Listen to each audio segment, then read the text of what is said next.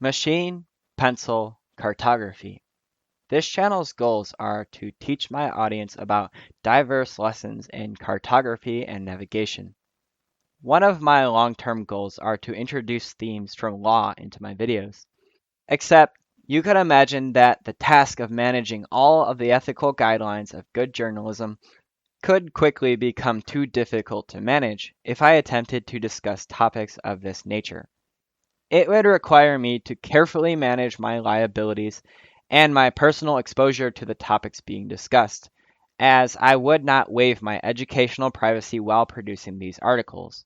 It would end up requiring a rather large amount of skill for these articles to be produced in a legally appropriate condition, and also in a way that remained loyal to my standards of educational privacy. One of the solutions that I have recently discovered was to write articles that discussed tort cases, rather than writing articles that discussed criminal cases. This is important because tort cases involve much lower stakes than criminal cases, and also it is my understanding that tort cases usually require fewer references to the specific laws of local governments than criminal cases do, requiring me to include fewer intimate details about each case in order to discuss them properly. For this reason, I have come to the conclusion that it would be easier to cover cases arising from tort law on machine pencil cartography than it would be to cover cases arising from criminal law. Some of the benefits of discussing torts are that torts can arise from personal jurisdiction, and the burden of proof in a tort case is the preponderance of evidence rather than beyond a reasonable doubt.